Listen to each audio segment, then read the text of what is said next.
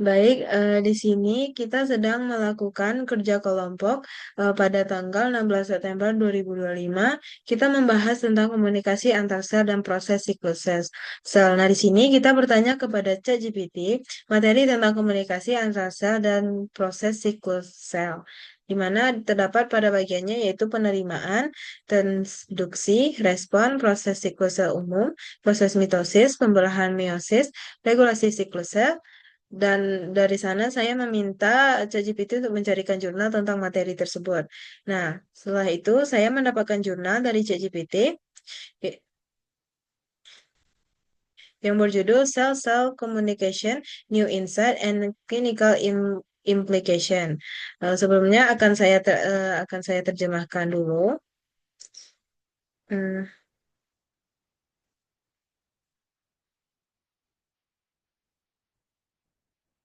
Yang mana arti dari jurnal itu yaitu komunikasi sel ke sel, wawasan baru, dan implikasi klinis. Nah, dari jurnal ini, saya menemukan permasalahan yaitu sebelumnya jurnal ini sudah terindikasi Scopus Q1. Nah, baik, selanjutnya permasalahannya yaitu bagaimana mekanisme regulasi sinyal komunikasi antar sel eh, melalui jalur Notch, WANS, and TGF beta terintegrasi untuk memediasi keputusan sel, khususnya dalam kondisi stres atau gangguan, misalnya dalam penyakit, termasuk bagaimana crosstalk atau interaksi silang antar jalur ini mempengaruhi checkpoint siklus sel atau diferensiasi sel. Nah, dari permasalahan ini, saya juga meminta kepada ChatGPT untuk mencarikan jurnal untuk solusi dari permasalahan itu. Nah, dari sini saya mendapatkan jurnal yaitu yang berjudul eh, Notch signaling is necessary for epithelial growth as by TGF beta, yang mana bisa kita terjemahkan artinya yaitu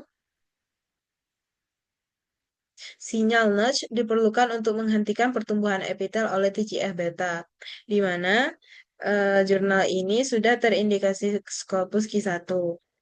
Nah, di sini pembahasa bisa kita lihat pada abstraknya yaitu transform Transforming Growth Factor Beta atau TGF beta dan Notch bertindak sebagai penekan tumor dengan menghambat proliferasi sel epitel. TGF beta juga mendorong invasi dan metastasi tumor. Sementara Notch mendukung pertumbuhan onkogenik. Kami menunjukkan bahwa TGF beta dan reseptor ektopik Notch1 secara kooperatif menghambat pertumbuhan epitel, sementara pensinyalan notch endogen ditemukan diperlukan agar TGF beta memicu sitostasis. Analisis transkriptomik setelah pemblokiran pensinyalan notch endogen mengungkap beberapa gen, termasuk komponen jalur notch dan faktor siklus sel serta apoptosis yang regulasinya oleh TGF beta memerlukan jalur notch aktif. Gen penting yang dikoregulasi oleh kedua jalur tersebut adalah penghambat siklus sel P21 atau P21, baik induksi transkripsi ligan Notch jenggot 1 oleh TGF beta maupun kadar endogen CSL efektor Notch berkontribusi pada induksi P21 dan sitosis epitel. Penghambatan kooperatif proliferasi sel oleh TGF beta dan Notch hilang pada sel mamae manusia yang gen P21-nya telah dihilangkan. Nah, di sini dia menetapkan keterlibatan erat pensinyalan Notch dalam respons sitostatik epitel terhadap TGF beta. Nah, dari di sini saya juga meminta GPT untuk menyimpulkan. Saya memberikan dokumen dari jurnal tersebut dan saya menyuruh GPT untuk menyimpulkan dari jawaban itu. Nah, yang pertama terdapat pada halaman 2039, yaitu dia mengatakan bahwa perlakuan dengan TGFB saja hanya menimbulkan peningkatan P21 yang lemah. Sebaliknya, jika notch diaktifkan bersamaan dengan TGF beta, ekspresi P21 meningkat sangat kuat, menunjukkan bahwa notch memperkuat efek TGFB pada ekspresi P21. Selanjutnya, pada figuran 2 dan 3-nya, ketika jalur notch dihambat, TGF-beta gagal menginduksi P21 dan sel epitel tidak mengalami penghentian pertumbuhan atau growth arrest, membuktikan bahwa notch wajib ada agar TGF-beta bisa menghentikan siklus sel.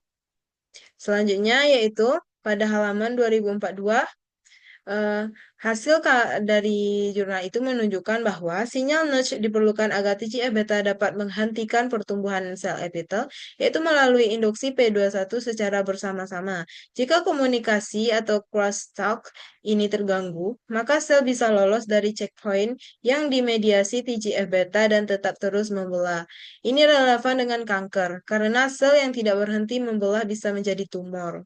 Nah, di sini eh, di dalam jurnal tersebut juga dikaitkan dengan farmasi, yaitu tentang target obat anti kanker. Banyak kanker epitel seperti payudara, paru, kolon ditandai dengan disfungsi TGF-beta atau Notch, sehingga sel tidak lagi berhenti di checkpoint G1 atau S. Farmasi berperan penting dalam merancang obat-obat yang dapat. Yang pertama, mengaktifkan kembali P21 melalui modulasi jalur TGF-beta atau Notch. Yang kedua, menghambat proliferasi sel kanker dengan menormalkan kembali mekanisme growth arrest. Contohnya, inhibitor Y-sekretase atau menghambat Notch atau agnosis TGF-beta yang dikombinasi dengan agen lain.